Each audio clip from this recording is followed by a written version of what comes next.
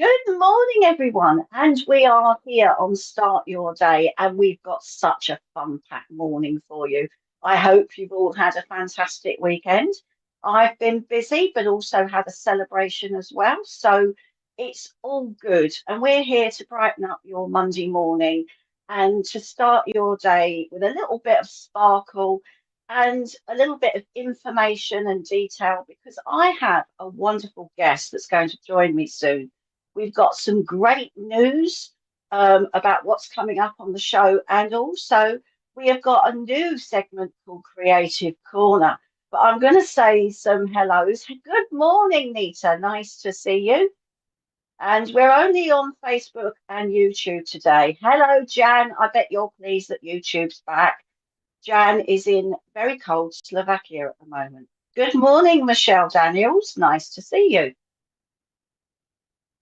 Wendy Payne, hello. Oh, I love your pussycat. Yes, we are up yet, and I hope that everybody else is up and enjoying this wonderful show. Good morning, Kelly Rocket. Nice to see you this morning. And gosh, it's all go. It's all go. I got up early this morning and looks like everybody else did as well. But of course, sometimes it's different time zones in different parts of the world. So good morning, Julie. And first time seeing me. Oh, well, that's nice joining us. I don't know. Julie Caswell, no, another regular. Nice to see you this morning. Oh, it's good to be back. Okay, so if I haven't said hello to you already, then good morning and welcome. And I will keep you up to date with what's going on all throughout the show. But first and foremost, I always love it when I can bring lovely friends and colleagues on to join me. And I have got a lovely lady to join me this morning. And that is my friend Lindsay. Now, Lindsay and I go back a few years. We've worked together. We've sat in circle together. We've been out for girly lunches and we enjoy spending time together. And she's a wonderful lady because she is a great medium. She's going to share her experiences with you. And she's also a professional psychotherapist as well. So we're going to ask Lindsay some questions and delve a little bit into her extraordinary life. And you can ask some questions as well, because I know how you love to have the guests on. So here she is. A very warm welcome to Lindsay Percival. Thank you, Karen. Lovely to be here, and so pleased to see everybody joining us this morning from all over the world. It looks like exciting. Absolutely, Lindsay. We're very global on SPTV, so it's really good. I just want to say hello to Linda Wallace. You will get lots of hellos that pop up on the screen because they're a very friendly bunch, the SPTV family. So it's great to have you with us this morning. Now, Lindsay, you have had a very varied career. You've been a journalist. You are a psychotherapist and, of course, a medium. So how have those three careers sort of gelled together? How did it all start for you? Thank you, Trevor. Thank you, Trevor. I mean, I feel like a cat with 9 lives, and I don't know if I'm on life 9 or life going into life 10 at the moment, to be honest, Karen. And, you know, people are always curious about what seems to be very different careers, but essentially they're all about people and they're all about human stories and they're all about listening in one way or another. And I suppose it's that communication that has always fascinated me from an early age. And if you ask me how it started, well, my maternal grandmother was a great influence, and although she's in the spirit world, continues to be a huge influence in my life. And she would always give me books, one I remember in particular, which was called Man Watching, a Field Guide to Human Behaviour by Desmond Morris. And that's because she was absolutely fascinated in people, what makes people tick, herself. So I suppose I've always had that passion and to listen to stories and to tell stories. So Yeah. it's about that communication. Well, that's what we do when we link with the spirit world, and I love people watching in airports and places like that because you can actually see what the. It's lovely to watch the relationships between people as well. But writing and journalism must have been tough, I would imagine, um, out there, sort of getting the stories and doing all that sort of thing. Did you find it quite tough when you were working? I mean, but back then, going back to when I started, which was in the 1980s. I mean, if I think about the amount of equipment that we had to Yeah, carry, and it makes me feel like a dinosaur to say that the mobile phones came on a huge block like that and were about that big.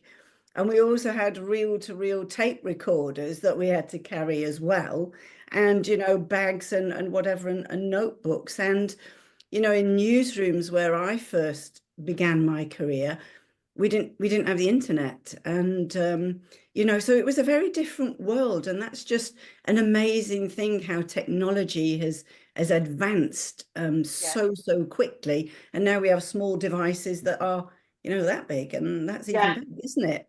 yeah, So yeah, it's a very different world. But in terms of, I guess, getting people's stories, I've always had a knack of being able to encourage people to talk and say things, because I think people tend to feel comfortable and safe with me. And as a yeah, journalist, I still had a very strong sense of ethics. It wasn't about dragging things out of people and quoting people without their permission. Um, mm, so I probably wouldn't have made it in the tabloid world, but I worked in BBC radio, starting in local radio, and we had a strong sense of ethics. So no, I don't think it was difficult to get people to talk, Karen, and it still isn't. exactly. And that must also help you with your mediumship as well, because you've got. I mean, having met you in person many times, you've got this lovely, gentle way, this healing, because you also work as a healer as well, because you're a Reiki practitioner, and you've got this lovely healing way about you, which which helps you when you're working. So then we come into the psychotherapy training and the mediumship, and you've sort of married them up together recently. Is that correct? Well, that's right, because I think there's an awful lot that we can learn from psychology and from my extensive training in psychotherapy. That's helpful with the mediumship as well, because I'm always amazed at how little people consider the experience as the sitter or the recipient, because they're Mm, so busy thinking about how I improve my link with the spirit world, how I develop my mediumship. And I think, well, what about the sitter's experience? What about those precious moments that we spend together? That really can be incredibly life-changing. So we're trained extensively as therapists in how to set up a safe space, how to yeah, set out what we call a therapeutic container, but that's for the work to be safely held. And we very much, of course, are focused on the client's experience. And in mediumship, we seem to be focusing on the spirit world. Well, that's only one part of the equation.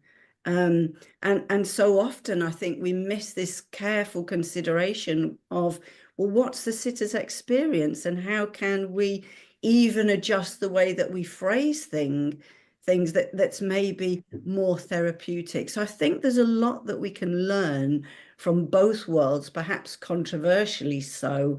Um, but I think that now is the moment going forward, that we each bring to the table what we know. That's been part of my process, Karen. mm. It's a different way of a different perspective, a different way of looking at things, and it interests me because I think we've got to evolve and move forward all the time. Julie Caswell has just says, I have a couple of Desmond Morris books. Oh, brilliant. So Yeah. so if you've got any questions for Lindsay about her work, then please put them in the chat, and she'll answer them as best she can. You know, on here we just have we answer from our own experiences and to the best of our ability. So good morning, Margaret. Nice to see you. So if you've got any questions, please put them in. And while we're chatting, we'll bring those questions into the chat as well. So and you've recently moved as well. So you've always had a thing like me. You love the sea, and now you're sort of living by the sea. How's that been? How's the changes and the settling down in your new home? Are you enjoying yourself? So I feel incredibly blessed to be living in the New Forest, on the edge of the New Forest by the sea in Lymington, because it always has been my dream to be able to walk out my front door and walk along the beach, because there's just something about that for me that helps really keep everything in perspective. And the seascape and the sky and looking at the horizon, the sunrise, the sunset, there's something that I find incredibly enriching and nurturing and healing. And it also gives me that space to sort of reflect and think. And I've always been that person that needs a lot of time to reflect and think and sort of be very conscious about the way that I move through the world. So, you know, to me, it's a dream come true. And also a huge part of that is all the wildlife, the wild animals, the wild ponies, the wild cows, the donkeys, the sheep, all of that, and all of the birds and everything that the forest gives. So, you know, the New Forest, I think, really is an exceptionally magical place. And I just feel completely at home here. I truly do. Mm. Oh, that's wonderful. And that, of course, is important, isn't it? You know, setting up that space, not just for when we do the readings or when you have your clients, but also for yourself as well. I mean, I've found that within myself. I think it's important to be in a place that you feel comfortable with, you know, to live your best life, if you like. So, yeah. Oh, Kelly said, Lindsay, I'm wondering what is considered normal brain chatter. Yeah, thank you, Kelly. You know, I mean, normal is a big word, isn't it? I always say, what's normal and who's normal and what's our definition of normal? But, you know, I do hear you about brain chatter. And I think, you know, we all have brain chatter, don't we? But sometimes it truly gets in the way. And I think it's the extent to which it gets in the way of you being truly present to what you're doing, to your loved ones, to your pets, even, because I think where we miss that point of connection is because our brains and our minds are just running crazily ahead, or maybe they're running crazily over things that's happened in the past. And the point of connection is actually that ability to be really present and really listen and take on board what a person is communicating. So I'm not sure what's normal. It's really how much is getting in your way. So what do you think about that, Kelly? That Kelly always comes on. She's a regular on the show, so you've given her a Wonderful. little bit of something to think about there. Yeah. So we do run about 90 miles an hour these days. And you were talking about, you know, back in the 80s with your journalism, how it was then and how it is now, and the pressures that we have. Do you find that people have more pressure now than what they did maybe when you started, when you started working? Is there more pressure out there? Well, there's more pressure in the sense that technology makes everything run faster, doesn't it? You Mm, know, so if I were out, you know, I started in my career working in Liverpool, BBC Radio Merseyside, and for Radio City, which was the independent. I worked freelancer, which was the independent and is the independent radio station in Liverpool. So, you know, we had to wait to get back to the studio to put our reel-to-reel tapes on to edit it to make a coherent piece that could be broadcast. Now you imagine how now with digital technology, the speed of that, and yeah. probably it's always already on air when you're in your car before you've even got back to the studio. You know, so the pressure to do things and to speed things up, and what we would have considered deadlines then to what are deadlines now. I mean, to me, it really is, it's too fast. And Yes. that's part of the reason also that I chose to move to the New Forest, because what I've noticed about people is people spend the time to stop and talk to you. And Yeah, I was the one, absolutely. certainly in the beginning, that was walking quickly up and down the street and thinking to myself, well, what's the rush actually? Because somebody's actually taking time to have a conversation, and it's not just a quick sound bite and then moving on with the day, you see. So yeah, I think there's a lot to answer for. It's not that I'm against technology, but it's how that creates additional pressures that Yeah, we see today. Yeah. yeah, absolutely. I think we've got to find a balance, really, haven't we? We've Yeah, got to find a balance to use the technology that's great, and also we've also got to find the balance to actually have some time out for ourselves to think about things and to process stuff as well. So that's it. when did you first start working with your mediumship? When did you decide that you wanted to do some training, that you wanted to sort of get out there, shall we say, as a medium? So I think it's rather the other way round, Karen. It wasn't something that I was consciously planning or thinking about doing at all. I mean, although as a child, our next door neighbour was a psychic and a medium, and she held seances in her house. So Wow. it was a world that I was aware of. And as a child, very interested in, when we had those magazines about the paranormal and Yeah. spontaneous human combustion, where human beings had burst into flames and disintegrated, and ghostly apparitions and things like that. So I've always been drawn to that, Karen, but it certainly wasn't in my conscious mind that I was a medium or was to become a medium. And it really all began through morning, Ashley. Sorry, you say the hellos, Karen, but I just noticed that people are joining us, so I don't Yeah, want to I know. say hello. I'll So, do some hellos in a minute, but I all right. just want you to. Yeah, yeah, I yeah. was interested in your chat there, so I Yeah, will do yeah. some more hellos Yeah, in a minute. it really began, I guess, I was practicing yoga and meditation, and always interested in things to do with the mind and the body and the spirit, but I wasn't consciously following in any way a sort of a mediumistic path, if you like. But it really began with an acute healing moment when my youngest daughter was 6 months old, and she had laryngitis, which can be fatal in children, because the windpipe becomes so congested that they actually can't breathe, and it can be a medical emergency. And it was a particular evening, and she was in her cot, and I was wondering, does she need to go to hospital? What does she need? And I was so aware of a presence that drew close to me, and I knew that they were working through my hands to send this very gentle healing energy, and it just sort of happened like that. Yeah, So it was yeah, really this healing that developed, and part of you knows what it is, because yes, I think it's part of your soul's expression. But my yes, conscious, rational, journalistic mind went, "What on earth? What on earth is this?"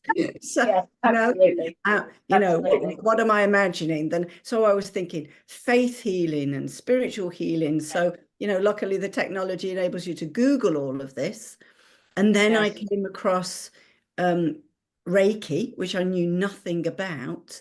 And because I lived in Prague and I was working as a journalist for Radio Free Europe in Prague at that time, um, I didn't know how to go about any of this training. And so I met my Reiki teacher just by Googling and finding somebody who answered my emails and all of my questions that I had. So it started like that, Karen. And then she wow, said, as I met her, she said, um, and I embarked on this Reiki journey. It was like all of a sudden in Lytham St Anne's. And she said, well, I think you're mediumistic, and I want to introduce you to a medium. And I was like, what? Yeah. So I'd say it's a surprising journey, and I think it is for a lot of us. It wasn't a conscious. Absolutely.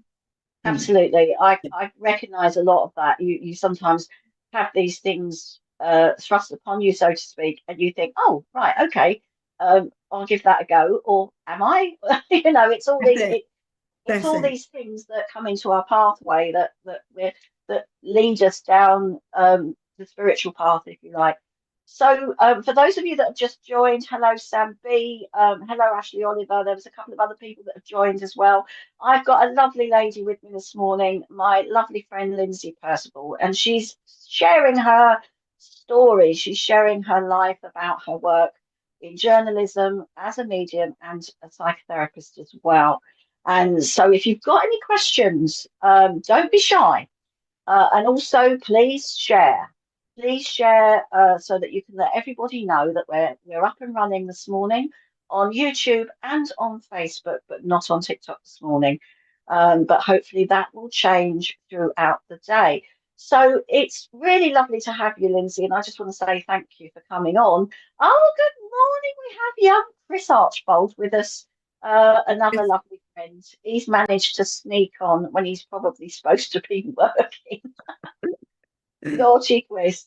So there you go. So you started your journey, then you went to you sort of like obviously started training with your mediumship and sat in circles and now you're working as a church medium and doing other things as well. So where have you done your training? How did you get to where you are now?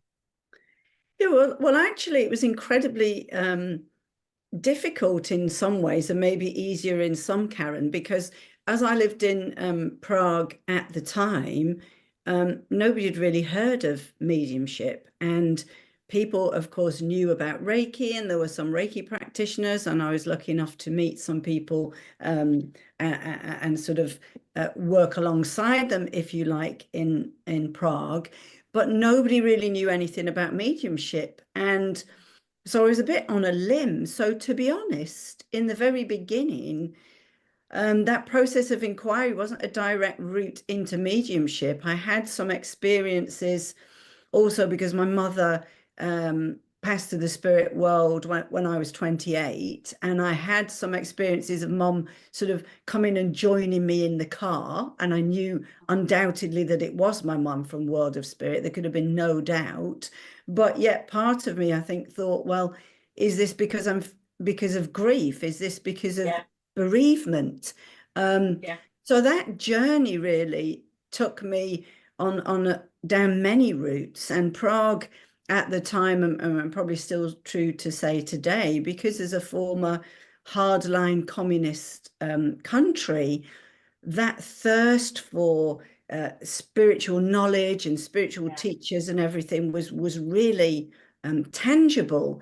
And so at the Buddhist center where I practiced yoga, there was all sorts of Tibetan lamas and um, shamans and people from different spiritual traditions that would come and hold talks or yes, meditations or things like that. So being curious and also being very sort of rigorous and skeptical part of me, and still is, I really looked at a lot of different wisdom traditions, if you like. So I did some shamanic training. See, there's a lady from Slovakia there, a lady called yeah, Zora Freshova from Slovakia. She's a well-known shaman, and I actually thought my destiny was to be a Buddhist. So yeah. I took an initiation in Buddhism, and that I thought was my path. And I thought, but that doesn't really include all of these other experiences of being able to talk to my mum Yeah, and that I yeah, was having. And when you say about your development, Karen, I sat by myself with the spirit world because there yeah. wasn't a circle, there wasn't a church to go to. And I initially thought that this is a really big problem because having visited then at one point Arthur Findlay College, and everybody's talking about circles, I'm like, well, how am I going to do that? This is interesting because there's a I want just going to ask Richard to keep that question that Ashley's mentioned, but we all assume that one, everybody knows that what we're talking about when we talk about circles and development classes and the art of Binley College, but there's lots of people out there in the world that don't. And I've learned that in my journey because in the UK, it's just part and parcel. Once you get into the spiritual, go into a spiritualist church, then all these things unfold for you. But it's not like it in certain countries, and this is why it's hard for people. So you mentioned Prague, and I've had some contact with the people again, Jan in Slovakia and also America as well. So there is a lot of people um, that don't have access to it, and that's why the internet has been great for that. But obviously, it's just starting out when you were there. But Ashley's just said, I'm interested in whether your spirit team worked through you in inspired writing, Lindsay. I am reminded of some of our mediums in the past who worked beautifully in writing philosophy. Some of them had a background in the papers too. And yes, of course, Maurice Barbanel was a journalist.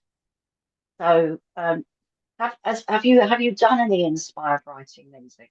So absolutely, Ashley. I think that's part of the journey, and if you like, part of my move to the New Forest was that conscious creating of a space for myself where I could do some of the things that I've been longing to do, and I feel that would, spirit are sort of nudging me towards that. And up until September, I had my youngest of my three daughters still at home. She went off to university in Bristol. So really for the first time, I guess, and stepping back a bit from my work as a psychotherapist, I've had the space to actually think about, okay, what am I going to do with this additional time that I've been trying to create and longing to create? So actually, I think it's a wonderful question, and I think writing and some of the books as we read from the past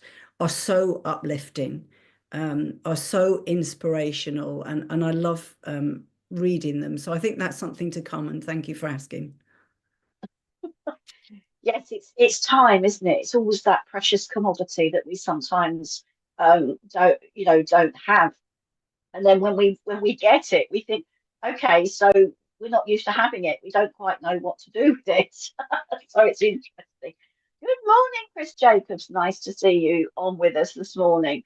So if anybody has any questions for Lindsay, please keep them coming, because she's got a wonderful insight into mediumship. So what happened next then, Lindsay? So you're in Prague. You're trying to find your footing. You're sort of started sitting on your own.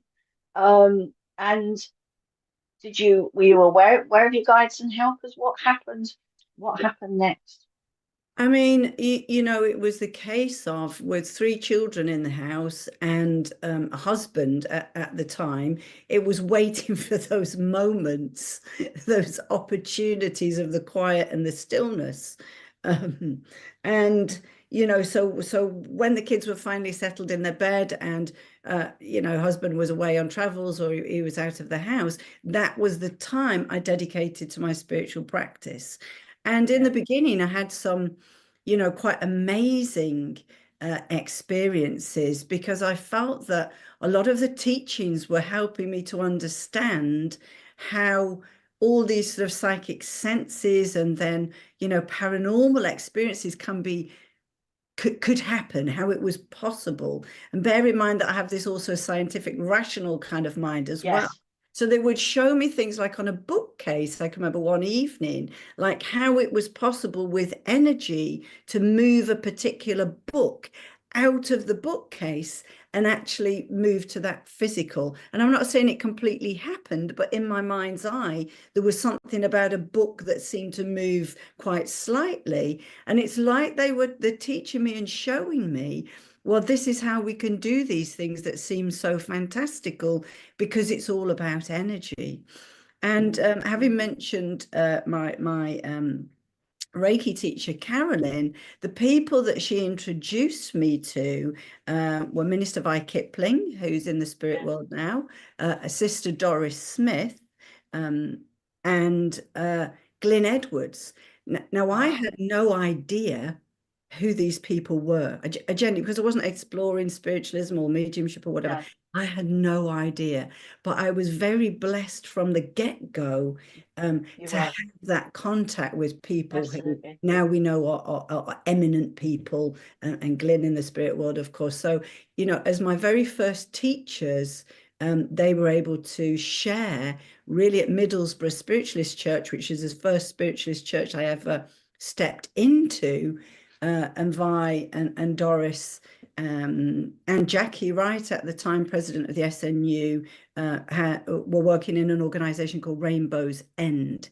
So I was very blessed to have that caliber of teaching from the get-go. But then I would go back to Prague and sit on Yeah, my own. But that's just how it was. And Vi, absolutely. of course, just to say that she was influential and inspirational in setting up the whole SNUI, which is the online international teaching part of the Yeah, Spiritualist National Union. And that's a wonderful way that international students can find some ability to sit in classes and circles and all of absolutely. to say Yeah. that. So that was really my initial journey, Karen, but a lot Wow. of it sitting on my own with the spirit world. Yeah, but you know what? That's probably one of the best things that that to do, Yeah, is to sit. Yes, we do need some guidance with our teaching, and it's always good to get guidance from people that, and you had some amazing people there. So can I just go back to Ashley DeRosa's comment, please, Richard? Um, All right, okay. We're gonna, well, you know what, Lindsay, this is fascinating, and I'm really enjoying this, and I know that the lovely family are. But we're going to take a quick break now because it is our time to go to our wonderful outside broadcaster, Kate May, and she is going to give you her tarot scope and astrology for the coming week. So for the first time today, I'm going to say, Roland Richard, please. Good morning and welcome to your week ahead tarot predictions for each zodiac sign for the 3rd of February. It is the new Feng Shui year tomorrow. So let's have a look. This is an exciting week. Let's have a look. We're going to go in for Aries. My name is Kate May, modern name Mystic. You can catch me on katemay.co.uk. Aries, your week ahead. Page of Cups. Exciting news is coming. You're going to hear some news of the heart, family, friendships, perhaps baby news, surprise news. Something is going to lift you this week. It's got creative vibes with it. So say yes. An exciting opportunity opens a door. Taurus, celebrations, win-win, feeling successful. As a 4, this is reaching positive milestones. You and somebody else will be celebrating. Got 2 people there, particularly to do with a home or a work environment situation, Taurus. Very good week, Taurus, where you will start to see your hard work paying off and recognition coming your way. Expect some good celebrations, particularly around work this week. Gemini, get moving, Gemini. You're off from one stage to another. You are moving now. Things are happening, literally going from one stage to another, Gemini. Take off. You're unstoppable. You might find that somebody sweeps you off your feet or an opportunity comes your way where there is travel or movement that for me, it just feels like it's the best thing ever right now for you. Cancer, end of difficult times, end of karmic lessons. You might feel you've been stabbed in the back a little bit, Cancer, but let it go. Don't hold on to it. This, for me, Cancer, this week is about endings, karmic endings, and accepting what's not worked and bringing in the changes around you. So don't flog a dead horse is what I want to say to you this week, Cancerians. Let it go and learn from things. Leo, Lots of ideas, Page of Swords, lots of ideas float your head this week, Leo. You could find that you've got this going on, that going on, you're quite excited. Some of the ideas are truly brilliant ideas as well. I want to say this week, Leo, you're going to move some mountains. But as a page, it's like just ideas. So if you want things to actually take off, you've got to do something about it. But you are feeling, I do feel, Leo, you're feeling in good spirits this week. And I do feel that you're making headway and breakthroughs. That's the word I was trying to find in my head. Breakthroughs this week are coming for you. You're feeling smart, Leos. Virgo, your love is in the air. Virgo, things are moving from one stage to another creatively. Offers are coming around you. Romance is coming around you. You're just feeling fabulous. The Knight of Cups can be where you're burying your head in the sand, though. So make sure that you're grounded, that you've got to keep your head above the sand and you know what you're getting yourself into. But a romantic gesture could come your way, Virgo, or where you are moving forward in lessons of love, creative and spiritual work. Libra, trust your gut feeling, Libra, this week. There may be situations going on, Libra, that it's not quite as clear as what you want them to be. So it's important that you trust your gut feeling. Maybe there's some secrets going on. All will be revealed in time. Seek some advice from perhaps spiritual mentors, but definitely yourself. Sit in the power, go within, Libra, and feel what feels right for you. And Scorpio, winning the battle, but you've got to keep at it. Now, you might find this week, Scorpio, you are on your toes, you are battling things, and that you have got to keep battling a situation. Fight for what you believe in, Scorpio. Just seeing 333 go up there. That's nice. Fight for what you believe in. You can win the battle, Scorpio.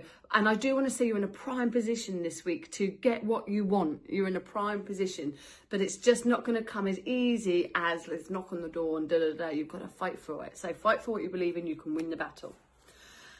Sagittarius, all good cards this week. Sagittarius, you're looking ahead, planning to the future. The future is rosy, feeling more excited. There's fire in your belly and you're reaching positive milestones. Sagittarius, this is the week that you're going to start to see plans coming into action and you're going to be more committed as you take things to the next level. Capricorn, you might feel a little bit stuck this week, Capricorn. You might find that you want to do this or you want to do that, or you've got a decision to make that you're just not quite clear about. You don't have to make it. No one says you've got to make a decision. So sometimes you've got to ride it out. And for me, this is about being stuck, having a stalemate and just being in that place of, do you know what? I don't want to do this, don't want to do that. I can't do this, can't do that. Just got to sit on it. And then in time, within a couple of weeks, it will clear and you'll be like, oh, that's why I had to sit on it. So don't rush any decisions making. Something will come up that can't go away. You're not going to be able to run away from it. But right now, this week, this is the week just to stay put and be in that in-between zone. Capricorn. Aquarius, keep doing what you're doing. Don't rock the boat. Anything where there is organisations, being part of something, groups, spiritual groups, mentorship, anything Capricorn, Aquarius, where you feel that you are belonging into a situation is going to pay off for you. Don't rock the boat. Stick to tried and tested methods this week, Aquarius, and follow what feels right in some order for you. You know what feels right and what doesn't, so stick to what feels right for you. And Pisces, you're feeling much more master of your own destiny this week, Pisces. You're stepping up. Some of you could be getting promotion, feeling a bit more in control of your life, and you've got boundaries around you right now, Pisces. So I want to say that there could be this perhaps public speaking more, perhaps getting out and about a bit more, but also boundaries are going to be really important for you, Pisces. But certainly the feeling is that you are in a good, strong, solid position now. There we go, everybody. Have a fabulous week.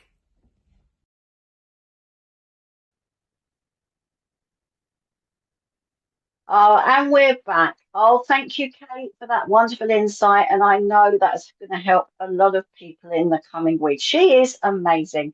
And I'm looking forward to having a catch up with her in person in a couple of weeks' time. So thanks again, Kate. And we are back here with my lovely friend, Lindsay Percival. And we've been talking about her interesting life. And we're going to continue with that in just a second. But I just want to bring you all up to speed on what's coming up this week on SPTV. So tonight we have at 7 o'clock the wonderful Claire Pasterfield. She's a lovely lady and I know she's very popular with you all. So that's Monday tonight at 7 with Claire. Tuesday evening at 7 o'clock we have the wonderful Ashley Robinson, and he's back with readings and spiritual insight. On Wednesday at 7, we have Jordan Richards. And Thursday, she's already been on with her comments already today, the lovely Ashley Oliver at 7 o'clock. And we have something else that's happening. And this is just for TikTok, but I'm going to tell you guys just in case you decide to hop on and see what this TikTok is all about.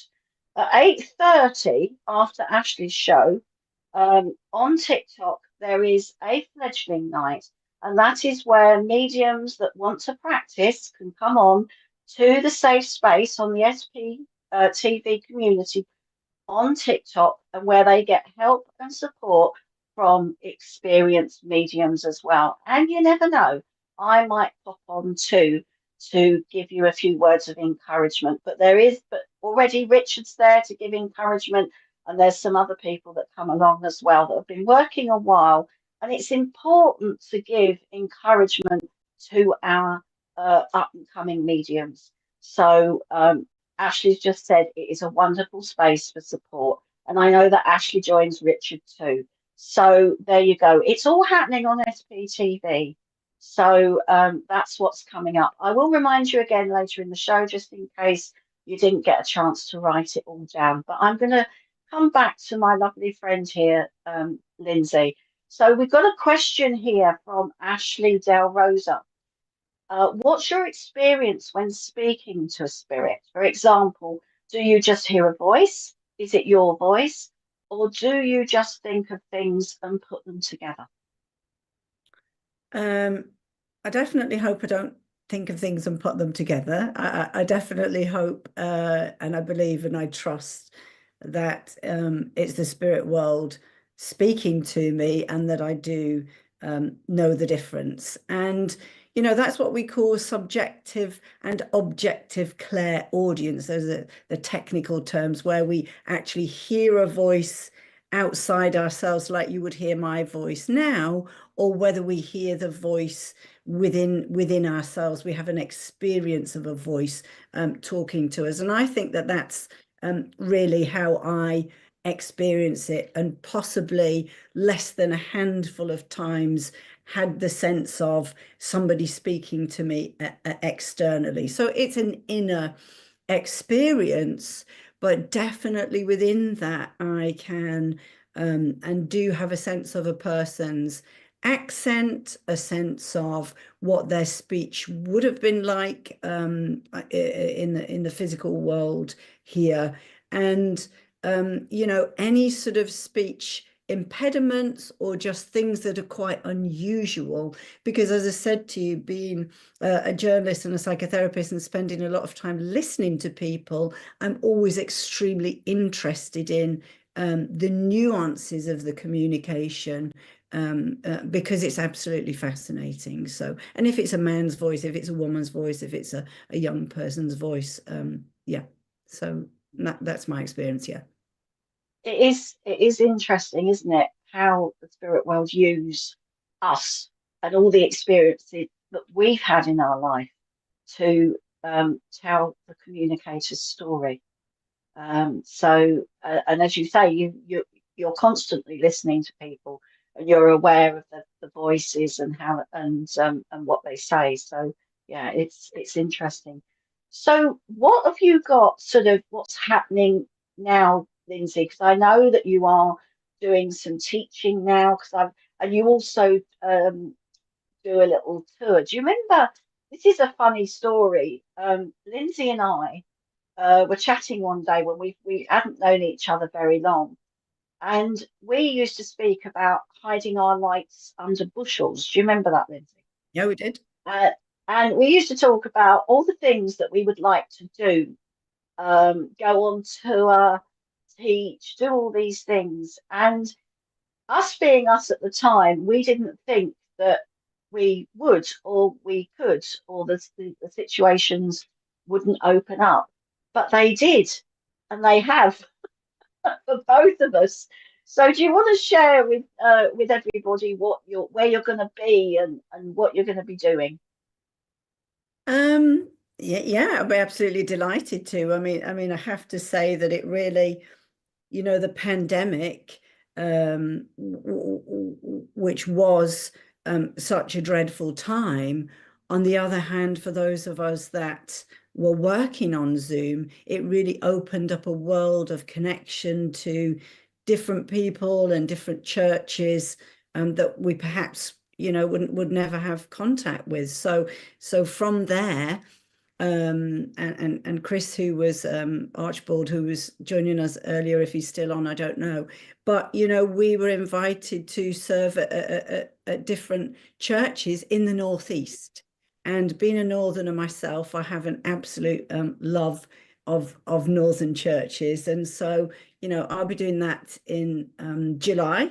I'm absolutely looking forward to that, and really concentrating at the moment on running my soul power workshops in churches here in Hampshire, because to me that blend of the transpersonal world of psychology and psychotherapy, which is a spiritual approach and looking at a bigger picture, and what we know from our experience of working as mediums, is putting that together and focusing more on workshops that can actually bring everybody from the church together.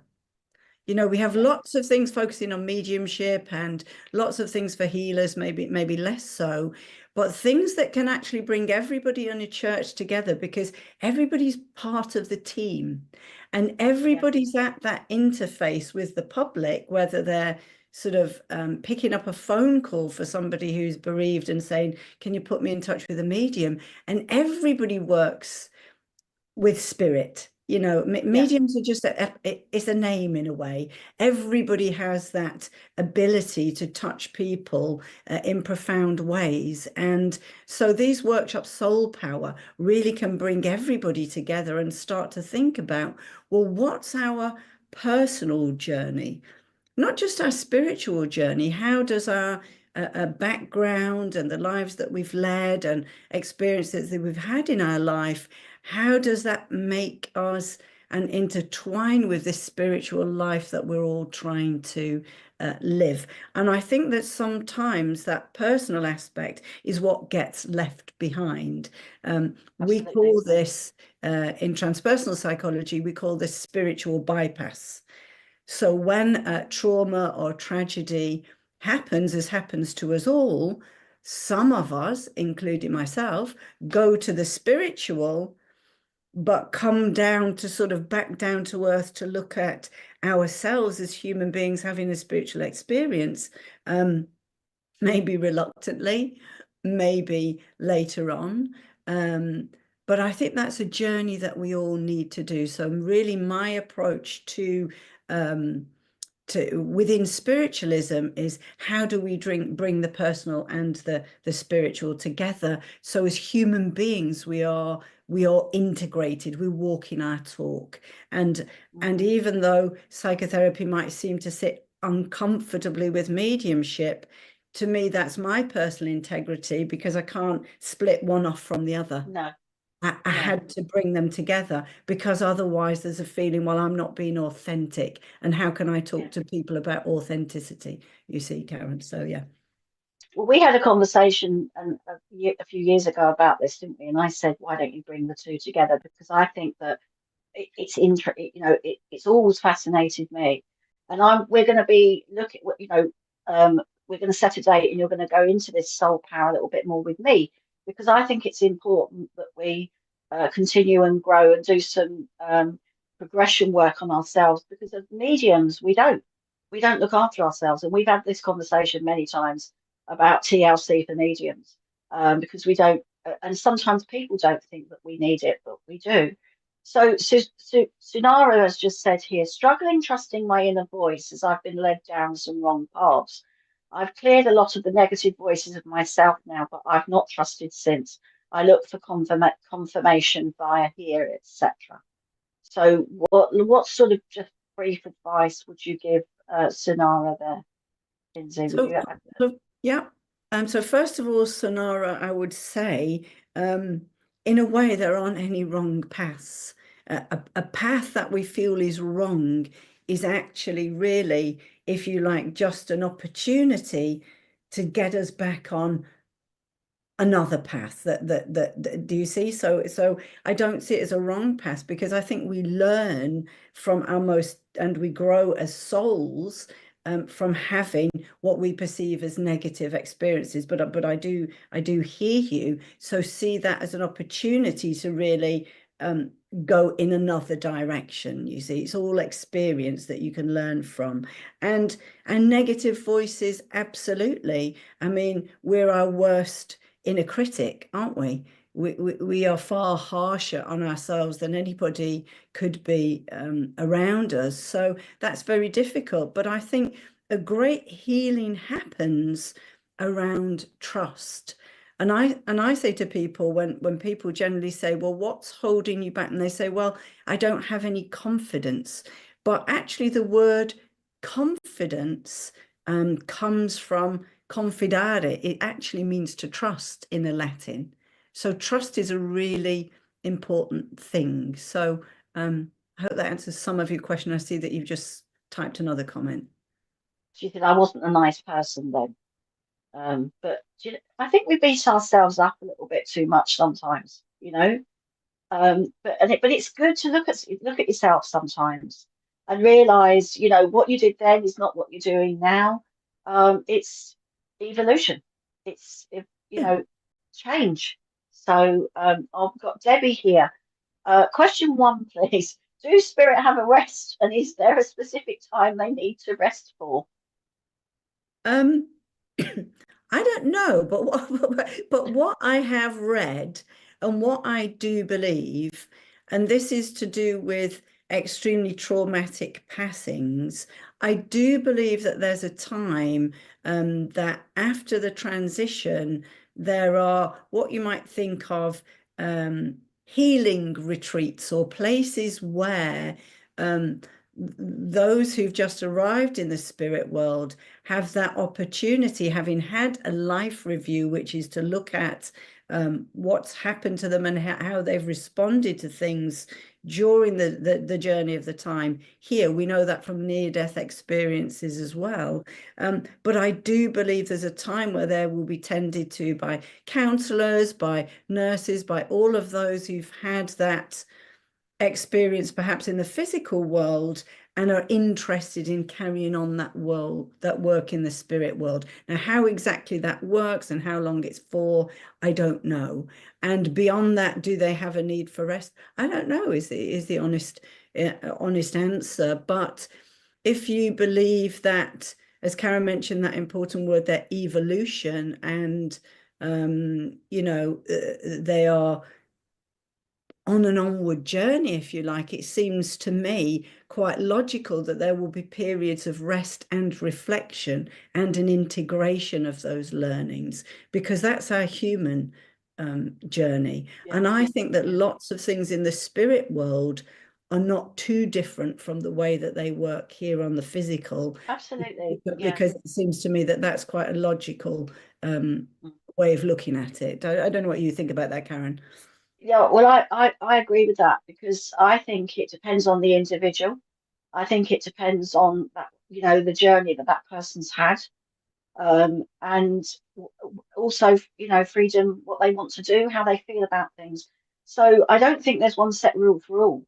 I think it just depends on that person. I mean, I've known people come through from a reading when they've just passed over, but if they want to let people know that they're okay, and I always say it's a bit like, you know, doing that phone call when you go on your holidays. I've arrived safely and the journey was okay and I'm all right. You get people coming through straight away without any rest and recuperation. And then you get some people that you don't hear from for a while and then they come through. So I think it just depends on the individual. I don't think there's anything that's set in stone in the spirit world. I think it's very much going with the flow and it's very fluid. That's just my perspective on things that I've felt, things that I've heard, and discussions, and also things that I've read as well. And when we read things, we make our own minds up about things, and if it sits right with you, then that's what it feels like at the time. I've said this always. It's about the feeling of what sits right with you on your journey here.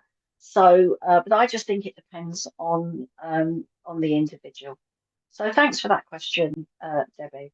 So what was I going to say now? So what have you found those workshops that you've been doing sort of um, helpful, and have people has it made people think about looking at themselves? Um, I'll go to Debbie's question too in a minute, but if you could just ask that one, Lindsay, and then Debbie's got another question for you. So Yeah, have you found that you've had a good take up on them?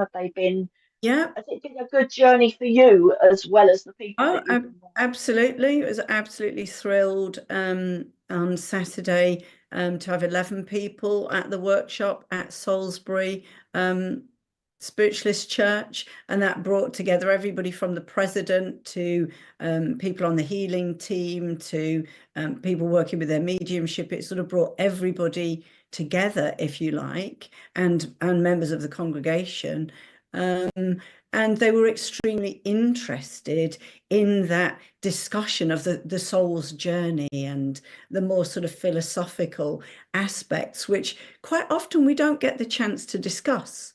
We don't get the opportunity to come together, or we're so busy in a workshop doing things or doing exercises. And, what I've learned as well is it's important to be. It's Yes, important to have that time to be. And everybody said it was wonderful because it went at a relaxed pace, which is something that I think I'm always mindful of, because I know myself, having done extensive training and, weekends of training in psychotherapy, which seem like a rather like an ordeal, let's say, and you come away and on Monday morning you're absolutely fit for nothing, so I yes, so I never want my workshops to be a space where people can't reflect on and integrate some of the learnings that they have there and then, because then they've got to do all of that work by themselves at home. yeah. So I think that's a very important point. So I've had good feedback, and Oh, good. That's brilliant. Brilliant. and hoping to take that to other churches as well. Absolutely. Fabulous, fabulous. So Debbie's just got a question here. She says, "Thank you for answering question one. Question two: What exactly is a soul contract? I lost a twin very early stages, but then lost my son age 24. So, what's your thoughts on soul contract?" So first of all, Debbie, sorry for your loss. That sounds very difficult, Absolutely, Debbie. Yeah, very and hard. and thank you for asking another question. But with regards to a soul contract, I think it's quite possible that we sort of sit down and have a conversation about what uh, we need to learn or refine in this particular incarnation. I'm definitely open to the fact that we have past lives. I've certainly had experiences myself, and my only explanation for it can be that I've seen glimpses of myself at another time in another role. So I'm open to that possibility. And if we're here to learn, if we're here for our soul growth, then it seems to me that we have, in some, way, a discussion or a contract around that. But to experience such profound loss, such as the loss of a twin, and losing your son as well, I don't think we build these things into a contract. That would seem to me too cruel. So lots of these things we don't have answers for, we don't know. I think that's some of the mystery that there will always be around these things until we go to the spirit world, because if we could figure it all out, what would be the point? So I think that mystery, that awe, that not knowing, the very difficult things that we sit with, that's part of the process too. So I hope that gives you at least my take on it, Debbie. Debbie, loss is hard, and you've suffered loss, and losing a twin and also your son is hard, and no one knows what that's like. Only you know what that's like for you. And we don't know why these things happen. We put our hands up to the spirit world and to God and say why. But all we can do is just try and pick ourselves up and do the best we can when we go through these very sad, painful experiences. And that's all I say to people is we don't know why. There are some questions that we may never know the answers to. So, and she just said, hey, maybe I shouldn't try to understand it. Well, maybe, it's coming to terms with it and just trying to do the best that you can, Debbie. That's all that we can say for you. And we do on here send you a great deal of support and love because that is a very tough time that you've been through. So yeah, it sometimes we don't know why, but all you can do is just try to make the best of it and just try to get through it. And that's all you can do. And quite often, I don't know about you, Lindsay, but sometimes, you find that you're sometimes people are drawn to you that have been through similar experiences to yourself, and you sort of support and unite in that experience to sort of give ideas and give support, and sometimes friendships can be made from that, and sometimes you can find yourself going into a spiritualist church or some form of healing, and your life sometimes takes on a different pathway, which can also help to ease the pain. So it's interesting. So we're going to take just one or two more questions because I know you've got to shoot off. So the owner, Rosen, says, when they say you're an old soul, do we always have to come back and live that life all over again? So what's your getting some good questions here, I have to say. So Yeah, what's I your love all take on these that one? questions. In a way, it's a continuation of what the work that I was doing within Soul Power, at the weekend, because, we are people with curious minds. Yeah. And so thank you, Fiona. I love these type of philosophical questions. So I don't believe we come back and do any life over again. I personally believe we have a new life. But then we go back to what is an old-fashioned word and sometimes used within spiritualism of an oversoul. I believe that actually our purpose here is we're bringing down aspects of this greater soul, if you like, into this incarnation so that we can integrate those experiences that we've had in other lives and bring them into the here and now. So I don't think, it almost sounds like we're condemned to do it all over again, which is a bit what Buddhists, the feeling of that sometimes when they talk about samsara, that you're coming back in this kind of eternal wheel of life and all of that. But I think that's a deeper question. So I think we've got a new life, but maybe we've got aspects of things that we lived through in a previous life that we're resolving within this incarnation. So I see it as a positive. I guess that's what I'm saying, if that makes sense. Karen, what do you think? Well, we all say we do use that word a lot. Or when you look at a child, sometimes you say, "Oh, that's an old soul." But sometimes the way I look at that is I can see sometimes the wisdom and knowledge within that person, which means that they've looked at life in a different way, and maybe they've gained some.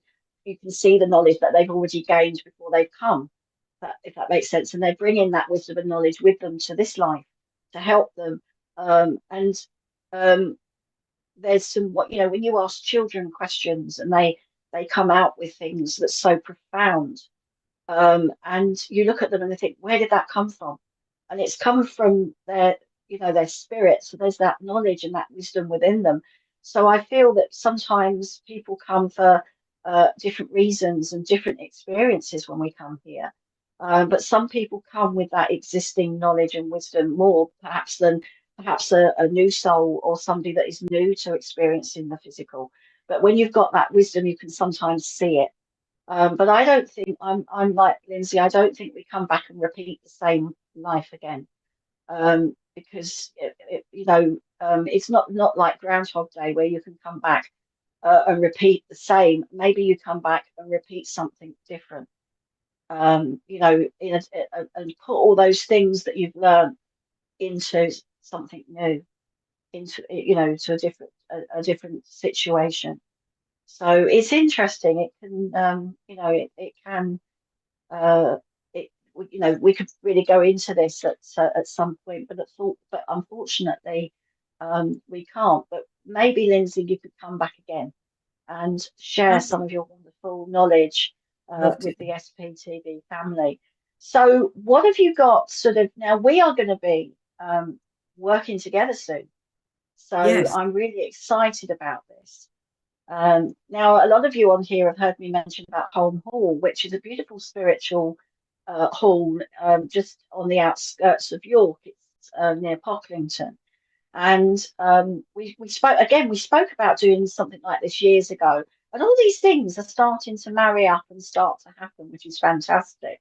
So we're going to be doing two workshops and a seminar at the end of the year.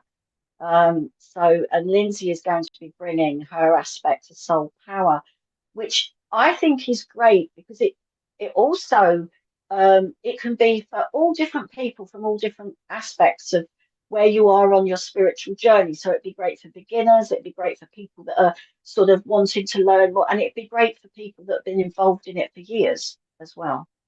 So it's interesting, isn't it? It's going to be exciting, I think. And just to say that it was your title as well, The Soul and Beyond.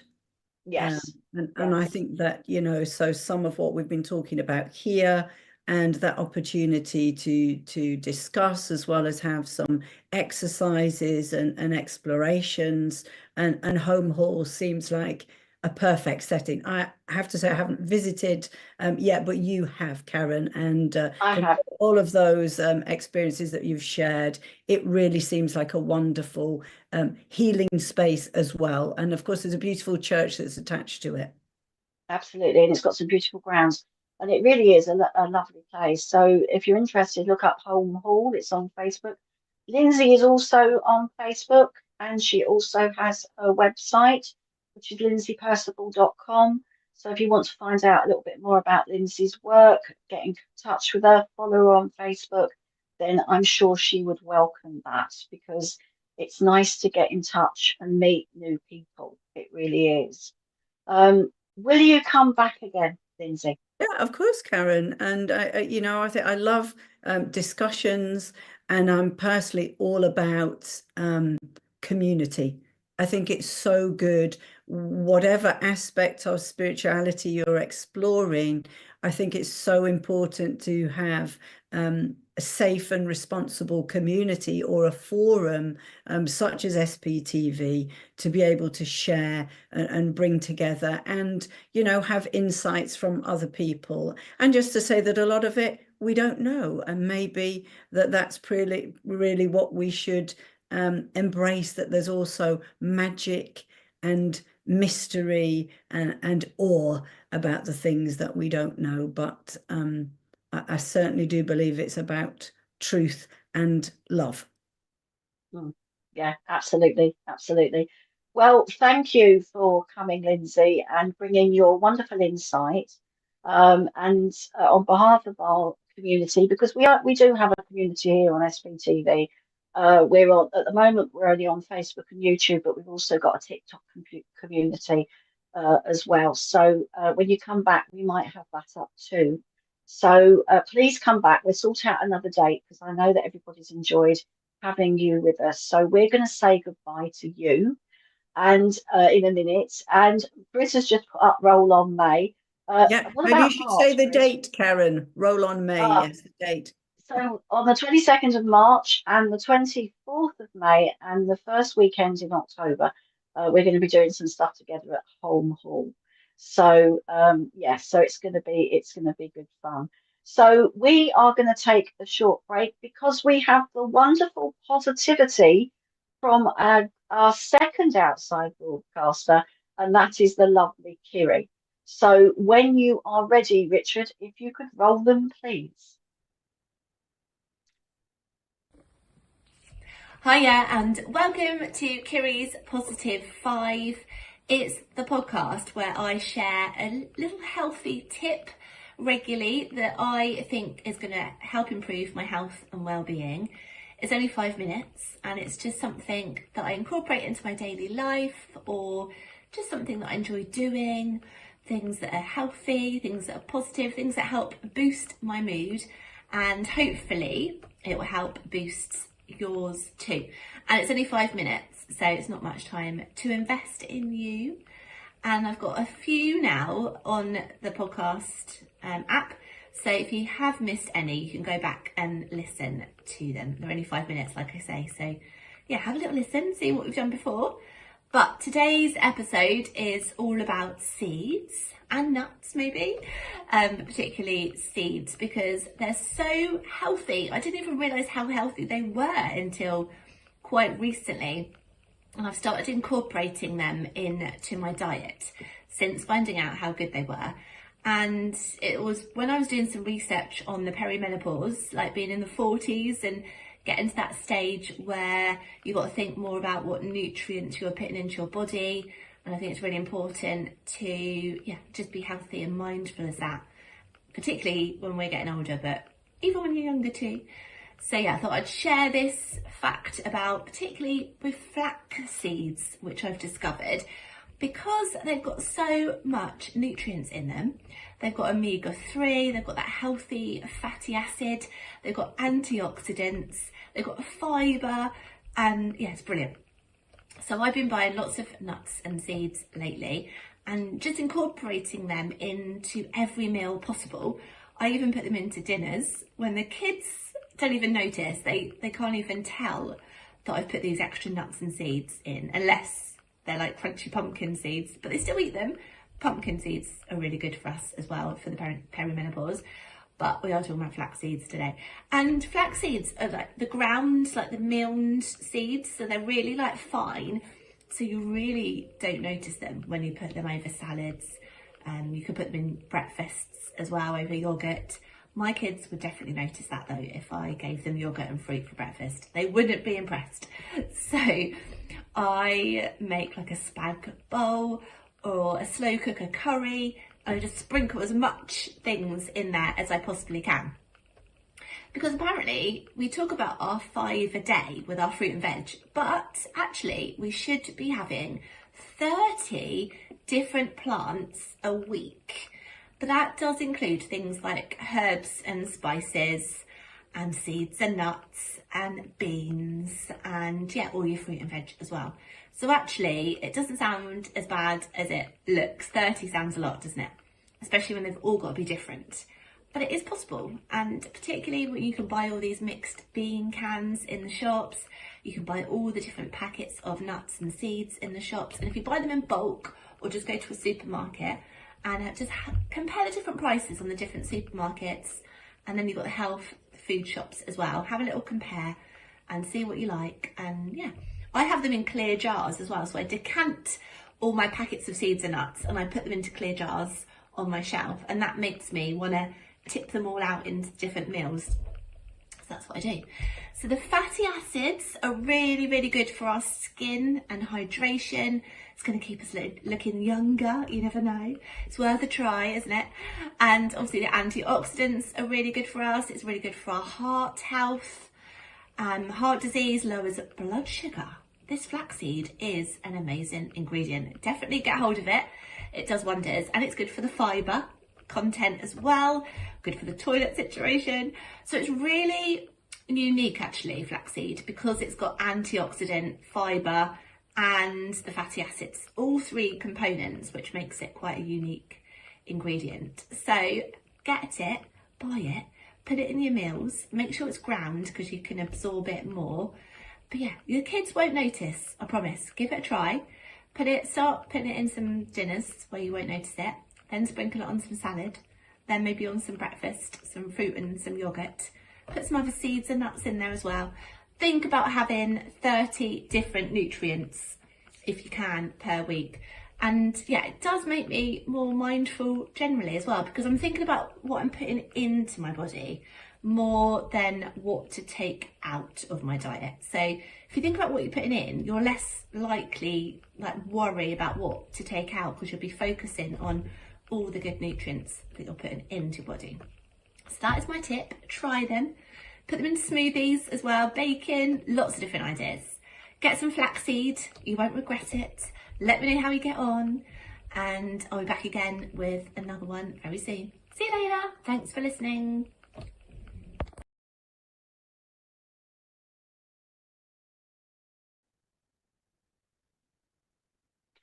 Oh, thank you, Kiri, for that wonderful insight. We really look forward to listening to what Kiri has to say, and I hope that maybe she'll come on and come on live and be a guest as she was a few months back.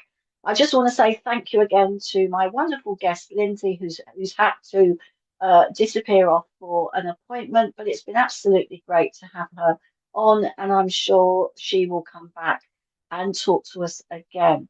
So, also, last week, you may remember, we had the cooking slot. So I've created this little name called Creative Corner, and we're going to have lots of lots of little things on from time to time about people's creativity, just again to have a different aspect of life, because that's what this show's about. It's a magazine channel. So the question is, and last week we had Richard doing cooking, and he made a sausage roll.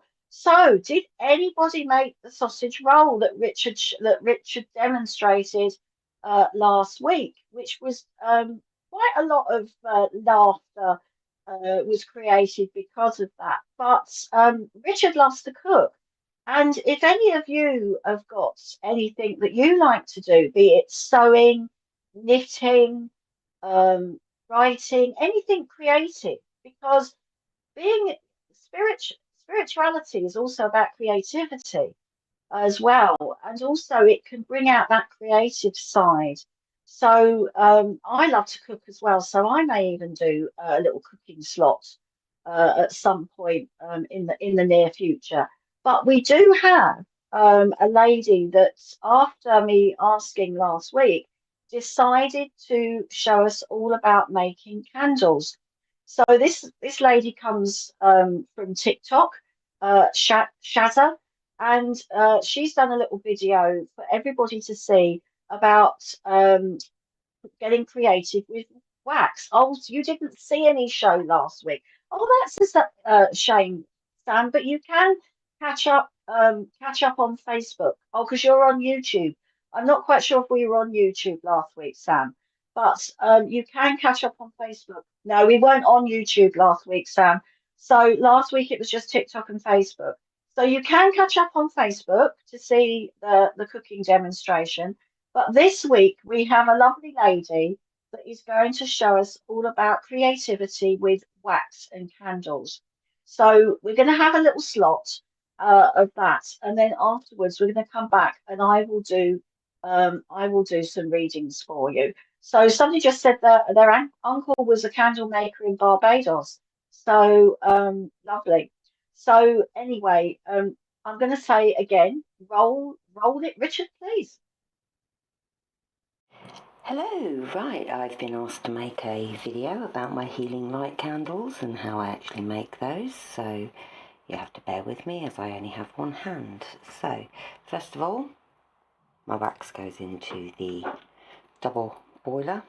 It's got hot water in this bit and obviously the top bit. So, I've decided that this one is going to be, what have we got? Pink, just says pink. No other type of pink. And then this one we're going for cherry blossom. So we will put some in there. That will obviously do its stuff and melt down. Then what we do is we have our little containers here, beautiful little tins. And to stop anything from going awry, we put these little things on the top to keep the wick straight when you're actually pouring your stuff into them. So I'm going to use that one. I need to get some wax off it. So this is what you need to do with all of the candle things that you're going to be making. Usually make about 5 or 6 of these at a time. Sorry, I do apologise for the video.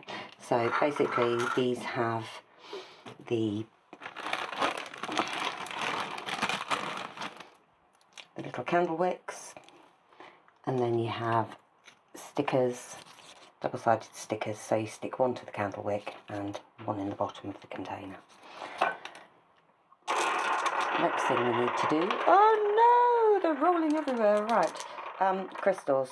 These crystals have been charged in the moonlight, so they are all ready to be charged up. Now, from what I understand, each one has a different meaning, so, or calls a different angel. So they will go into each one of the pots. So they're now ready to have the wax put on. Now, when I do the wax, I put lots of healing intentions and stuff in that. As you can see, it is still currently just melting at the moment. So what I do after that is, this is like some of the finished product. So what I will do with these is I will put some glitter, because everything's better with a sparkle. So nice little bit of sparkles over the top, so you can obviously see how pretty it is. Then what I generally do is I will use a lighter and I will heat the thing so that I can actually stick the clear crystal quartz to it, and then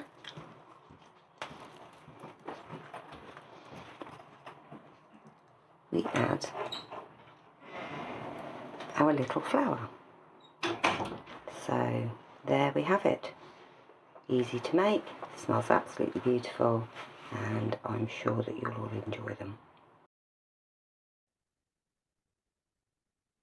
Oh, that was amazing. So thank you so much, Shazza, for doing that for us.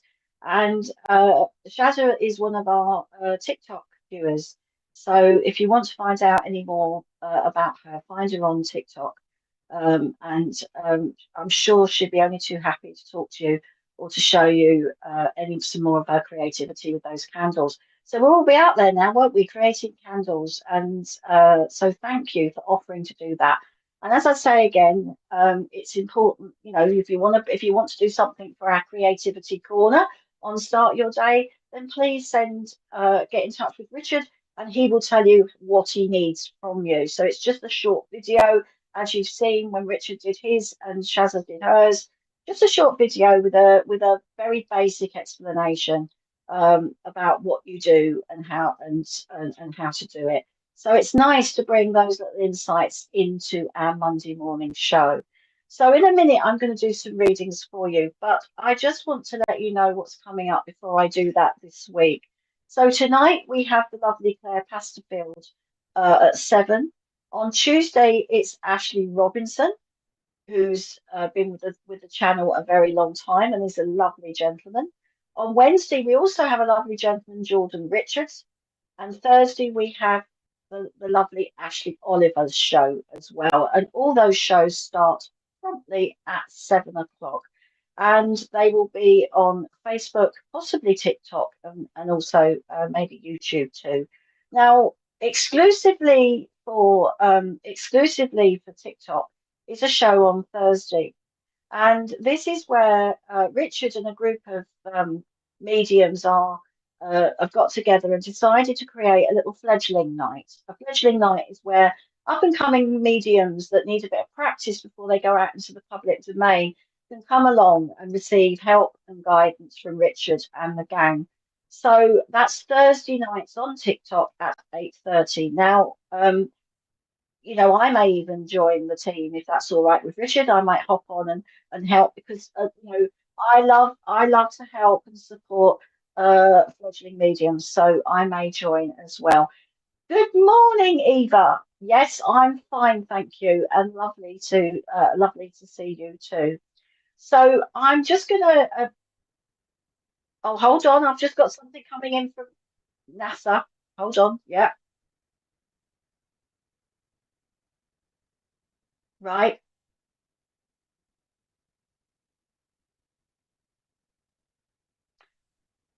Fab. And not forgetting our lovely VIPs of SPTV.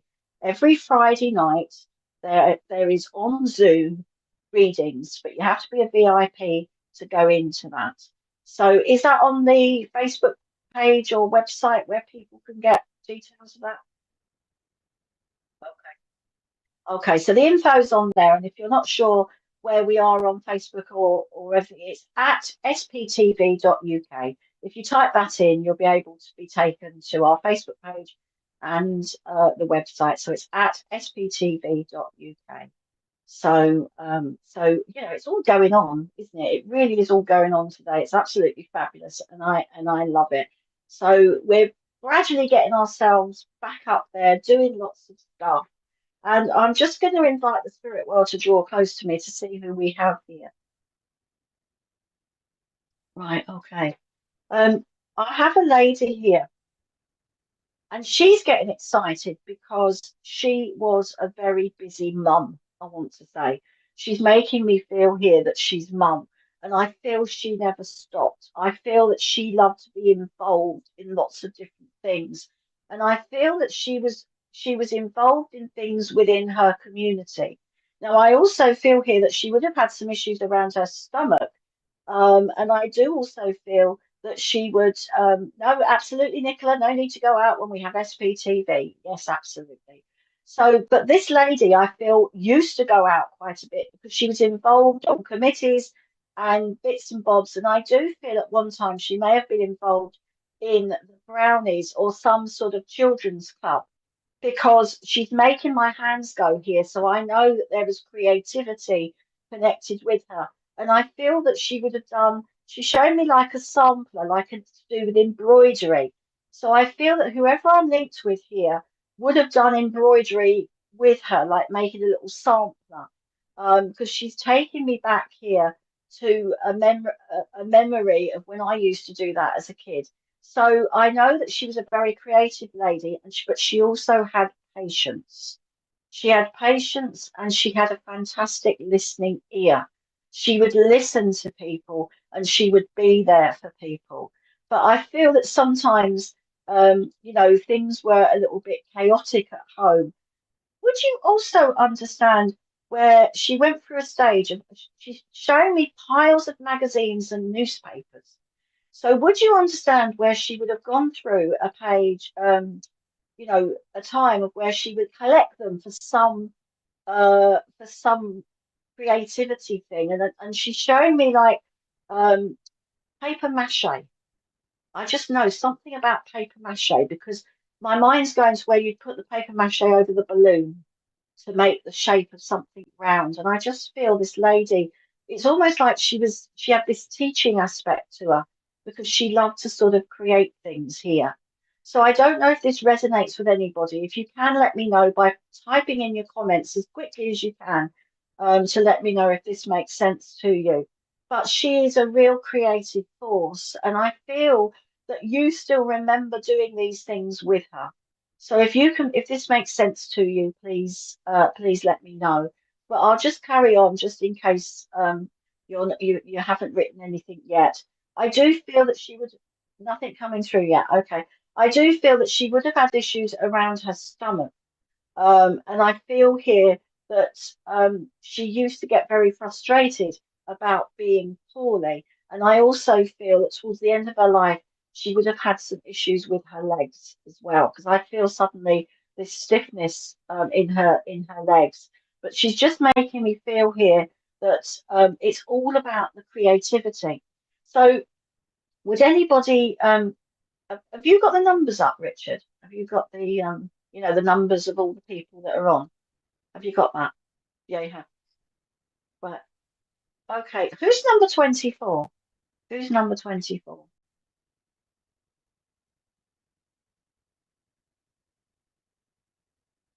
Right. Can you just put right. Okay, Chrissy, does this make sense to you? Because I just got who am I with, and I got number 24, and you're number 24.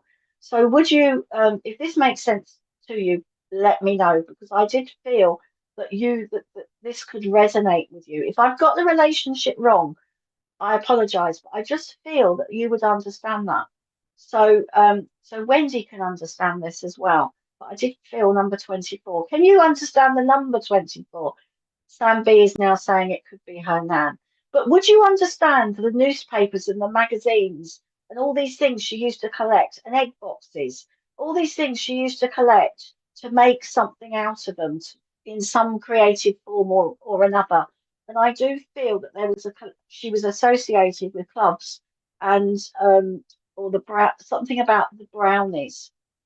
So I just feel so if you can understand those bits of information, that's who I'm with. And Chrissy, if you can just write back, because I did feel that it was for number 24, but I could be wrong. She's just yeah, carry on, Richard.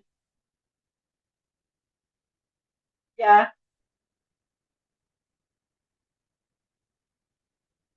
right, okay. Okay, okay. Yeah, that's fine. So Richard's just said that when number 24, when the comments moved slightly, just as I said that, it would have been for Sam B. So Sam, I'm going to work with you. So if you can just listen to me, because I did get number 24 in my head, and the comments just moved. So this could be your nan. I just feel here that she loved she's a really, really lovely lady here. And I do feel, right, okay, so you can also understand that. I just feel, but I'm just going to work, right, okay, all right.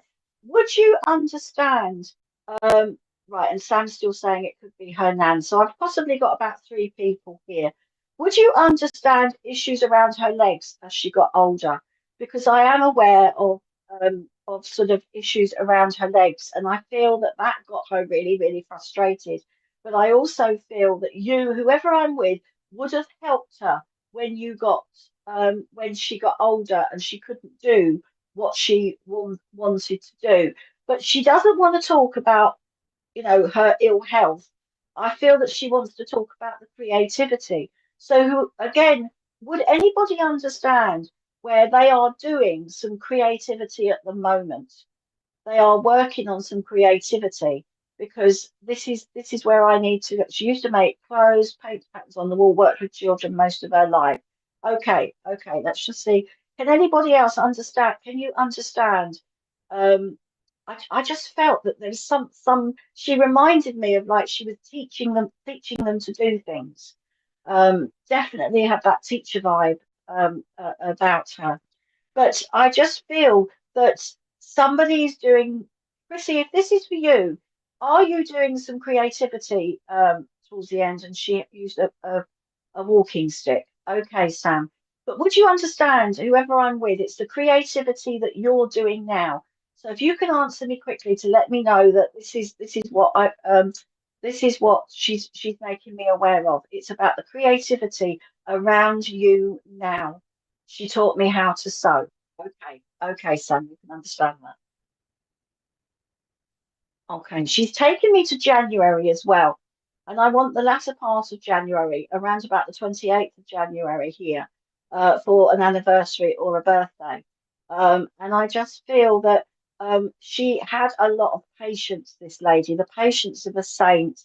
And and I can feel here that the frustration sometimes when you couldn't do something. And I can feel that, okay, and been wood burning and engraving. Right, okay, Sam, I am with you. But would you also understand she would have had thimbles? Because I feel that she would have used thimbles here, and she would have had thimbles that I feel that she kept to keep, but she would have had a silver thimble on her finger because I do feel that, especially towards the end, there was some arthritis or some issues with her fingers. And you can't understand January. Okay. But can you understand the thimbles? If it's the thimbles, then I am with you. But if it's not the thimbles, then I'm not. It could, if anybody else that was Prissy and also Wendy, if you can understand the January and if you can understand the, it's making things, loves arts and crafts at the moment. Okay. So can you understand she did use thimbles and I have them all? Okay, okay. I'm good because it's definitely, I asked her to give me something that only you would understand, and it's these thimbles. And there was one in particular that she loved, and the arthritis. Okay, and there's one in particular that she loved, and I feel it was a silver thimble. And she's really pleased that you've got them. And I feel that there was a lovely bond between you, Sam. I feel that you know, you really looked up to her and she was there for you and you were there for her. And she comes with a great deal of love because she wants to reach out because she knows that, you know, she's saying that when you are worried about something or when you're thinking about something, you go very quiet. And she said you used to do that as a child, you used to go very quiet. And you know, it's important that you speak your mind. And I know you like to think about things, but don't overthink about things. She's making me aware of. She is a lovely lady. She's got a lovely, gentle energy about her.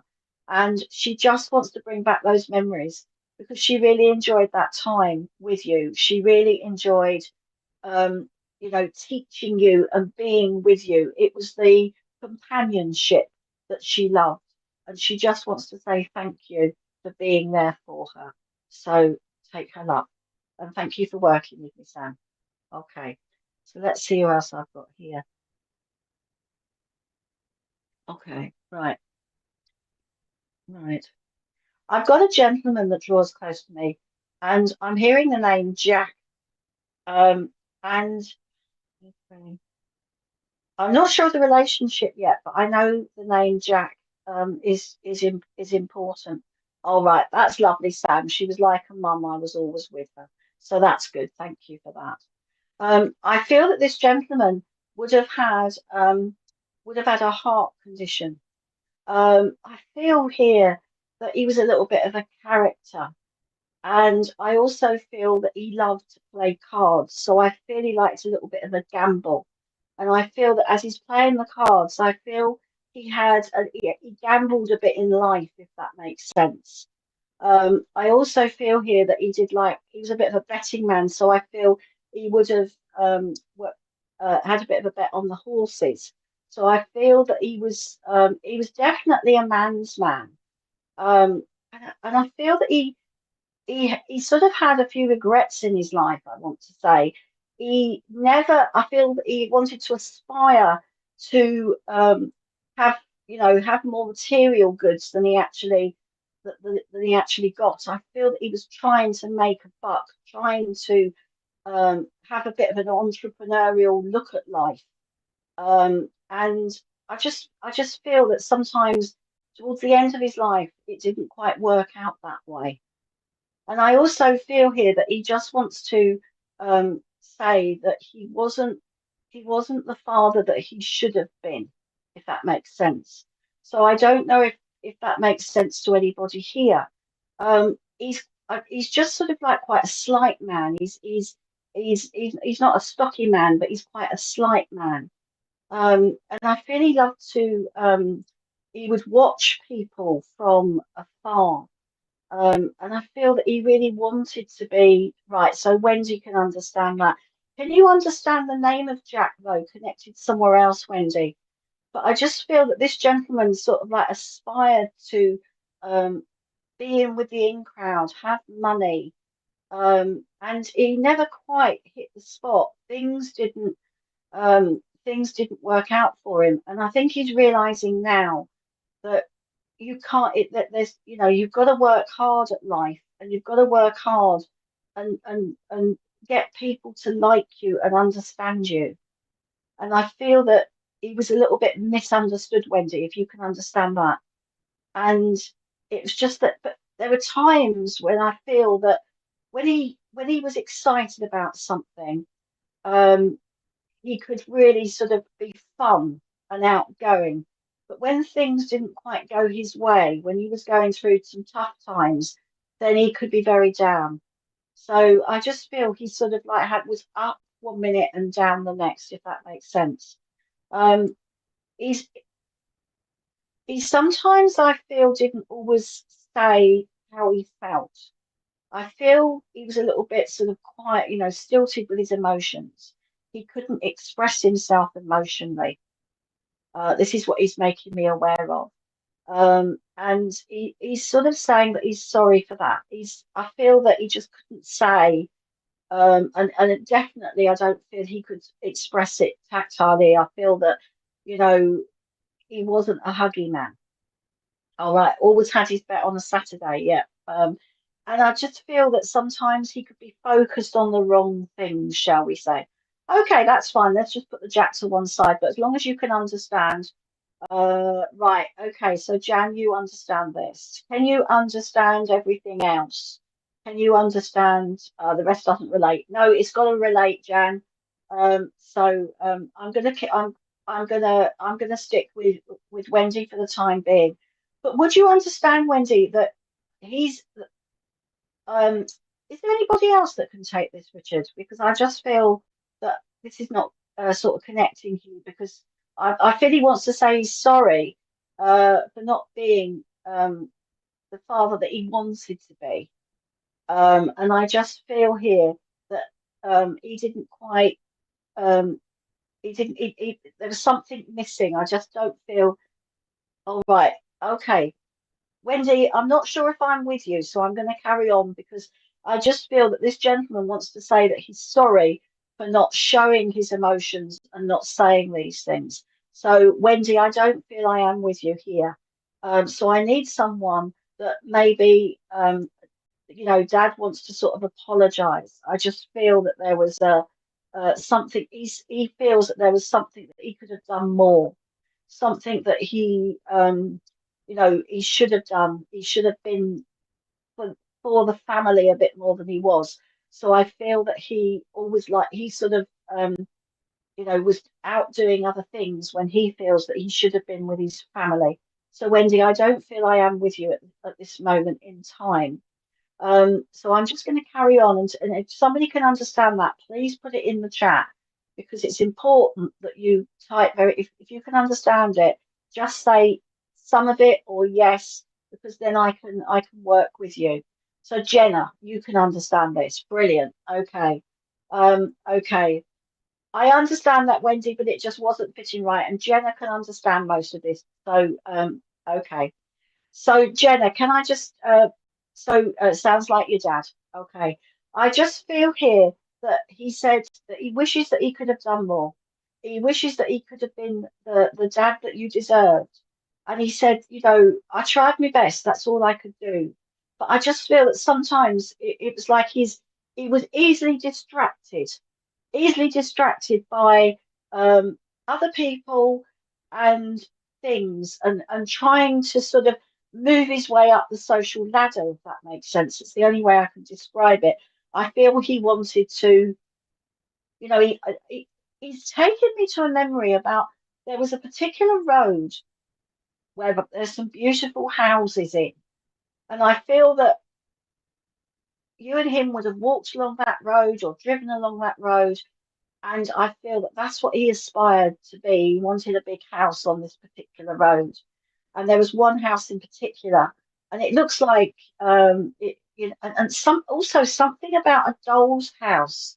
All right, I understand that it wasn't done with malice at all, but I just feel that he wants to share that to say that he wished he'd have done more, and he's looking at things. He's looking at things in a different way, and I just feel that he wanted to give you more than he did. So and I just feel that would you understand something about a doll's house? you having a doll's house, because this house I'm looking at looks like a doll's house. And I do feel here that when he was, there were times when he was very upbeat, but there was also times when he was a little bit down. And I think this is what he's talking about. He didn't like it when he was down, but he's just coming across. He's just coming in now. And I feel that he wants to give his love, and he wants to say, think of the happy times, think of those times, because we did have some of them. And I do feel that he did struggle towards the end, because I know that he tried to sort of hide his pain as well, because I'm feeling a lot of discomfort here around my stomach. So I just feel that, oh, you did have a doll's house, okay. And I just feel that he would have loved to have given you the proper thing, lived in a house like your doll's house, because I feel that it was quite a grand doll's house. And he's just talking about that. But he did suffer. I feel that he was in pain before he passed over, and I do feel he tried to sort of hide that discomfort a little bit, because he didn't want you to see him in pain. I feel he tried to keep things uh, away from you, that he didn't want to worry you about things. And he just enjoyed the time that when you used to go and see him. And I do feel here that he just wants to come and give you some love and some upliftment, and also to just share those memories with you once again. So take his love, take his love. And thank you for coming back so quickly and saying that you could understand that. Okay, I can't stress enough how important it is that you keep typing quickly to let us know. Okay, you were estranged at the end. So that's what he's talking about here. So just know that he's there for you now. Okay, you can understand that. As long as you can understand it, that's fine. Okay. So let's just see. I'm gonna my pleasure, Jenna. My pleasure. My pleasure. Okay. I'm just going to do one more, and then we'll see where we go with that. And then I'm going to remind everybody about what's happening again in the week. But also, if you have any questions or anything you want to ask me, feel free. I can always answer a question in between a reading as well. That's what we're here for: questions about development, questions about stuff. I'm here to answer them as best I can, but only from my own personal experience. I'm not the oracle, but I will do my best to share my experiences and my knowledge with you. That's what it's about on here. So, okay, I have a lady here that draws close to me, and I do feel here that she's very bent over. So I do feel there was issues with her back, um, some curvature of the spine, or some arthritis or something. And she would have also had a stick as well. And I do feel that she's grandmother. But even though she suffered, she still liked to keep herself looking nice, and she would have loved. And I know this is a little bit generic, but she would have loved sort of like the Bronley talcum powder, and I've got in my mind English fern soaps and talcs and things like that, because I can just smell this talcum powder. So I do feel that that would have been one that she would have used. Now, I feel she always looked smart, and I feel that you would normally see her in a dress. And I also feel that she would have had some pearls that were quite precious to her. I feel that they were a gift from her husband. And I feel that she would have worn these pearls. And I also feel that somebody has them. Somebody has these pearls still here.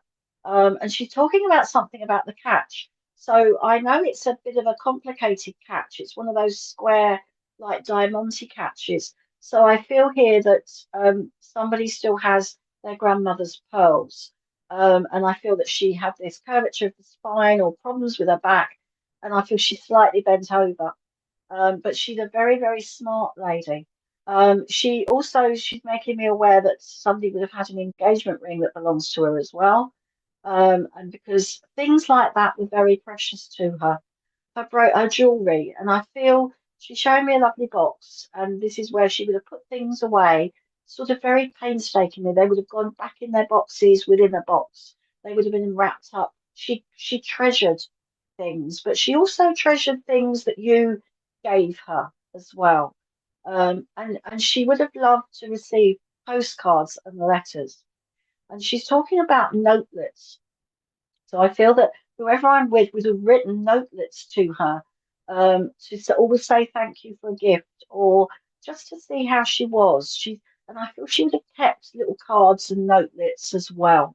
So if you can understand any of this, please let me know, and just pop up in the comments. Yes, I can understand. Um, you don't have to write me a whole essay, just yes or no, and then we know where we are. Um, Again, right, number 17, Richard. Number 17. Let's see who's number 17. Oh, right, okay, okay, right. So Chrissy's number 17, is she? She is. She is. Chrissy, can you understand this? Can you understand this to be your grandmother? If you can, quickly type and let me know. Okay. Uh, I went for the number again, and hopefully one of you can understand it. So Chrissy, if this is for you, your grandmother, I feel here that you spent quite a lot of time with her, and I do feel that you went to stay on a regular basis, or even moved in for a short time, because I just feel you staying with her and being with her, and I feel that she was very, whoever I'm with, I feel that she was very important to you, and you had this close bond. She was a bit of a stickler for manners. She didn't, you had to know your P's and Q's. And I feel that etiquette was important to her as well. And even though she had issues with her health, she still insisted on doing things for herself. She was very strongly independent. We've got an independent lady here that I can hear her say, no, no, no, I'll do it. You sit down. This is the sort of lady that she was. So does this make sense to you, Chrissy, or can anybody else understand this? Are we getting anybody else, Richard? Or have you all gone? Have you all? Come on, people. Can you understand this information here? Right, Chrissy knew an old lady. Right, but so you can understand the sort of grandmother's age group. Okay. But would you understand that you spent time with her, Chrissy? It's important that you used to go and see her, spend time with her, possibly stay with her, because this is what she's making me aware of. Extremely smart, not grandmother, lifelong friend. Okay, okay. But I just feel here that she's extremely elegant, extremely smart, and I feel that she loved to tell a story as well. Now, I know Lindsay mentioned about going off for a piano lesson, but would you understand music? And piano music was very important to her. This is what she's making me aware of. And I feel here that she was very hugely independent. And she's laughing because she's saying, you're very independent as well. And she says she hears you saying, no, no, I can do that. You sit down. And this is what she used to do. Oh, you never knew your gran. Okay. Would you? So this lady was a lifelong friend. So sort of like a gran. Okay. So I just feel here that you're quite an independent lady, and you like to do your things your way. And I feel this lady was very similar to that as well. She liked to do things. All right, okay, okay. You don't need to give me too much details, but thank you for that. But I just feel here that she just wants to step forward because she wants to reconnect with you. And she wants to bring those memories of the talks and the things that you shared. And she's saying that you were a good girl. You were always there for her. You helped her. And she's very appreciative of that. And I also feel that she would have, I feel that her place where she lived was full of bits and pieces. Because it feels like I'm sort of looking at she would have collected things. She would, and not all of great value, but they were important to her. And I feel that she didn't like getting rid of stuff. She liked to keep things around her. I just feel that she loved all her bits and pieces around her. Now she's also saying that you're thinking about having a bit of a clear out or something like that. And she's laughing about that. She says we talk about it, but we never do it. But I do feel here. Would you understand? Okay, okay, you can understand that. But would you understand the jewelry? Because I do feel the pearls and the ring. So I don't know if she ever gave you a ring, but I do feel there were things that were very, very important to her. Especially, and I feel that she would have always worn a dress and the pearls. And she's just saying that she wanted to always keep up the best appearances that she could. It was important to her to not let the side down. She said, because when you do that, she said everything else goes to pot. So I feel that it was right. Okay, so this is why you got on. She's saying this is why you got on. So she's come in with a great deal of love for you, Chrissy. And she said we had some good times together, and she valued those times. And she says that she hopes you do too. So take her love and thank you for working with me. Okay. So, ladies and gentlemen, and everybody, that is we're coming to the end of our time together. And doesn't time fly when you're having fun? So we started off the morning with a wonderful guest, Lindsay. We've had Kate May, we've had Kiri. You know what's happening this week with all the shows. So please stay tuned to SPTV, and I'm sure Richard will let everybody know when we're back on air on TikTok. We've learned how to make candles. We've had some readings. We've had a great chat about soul journeys and looking at things in different perspectives. So we've packed a lot in this couple of hours, and I hope that you've all enjoyed it as much as I have. And I just want to say thank you to you all for being with me this morning. And of course, thank you to our techno wizard in the back, in control of NASA, and that's our Richard. And Chrissy's just saying she gave me a watch and a bracelet and what she won on a raffle. Well, that's a nice thing to win on a raffle, Chrissy. So lovely there. But she was a lovely lady, and it was nice that she could come through for you. So thank you all for being with me. I will be back next week, same time, same channel. But we've got some wonderful shows throughout the week, so please stay tuned to everything that's on SPTV. So take care, look after yourselves, and enjoy the rest of your week. Lots of love. Bye.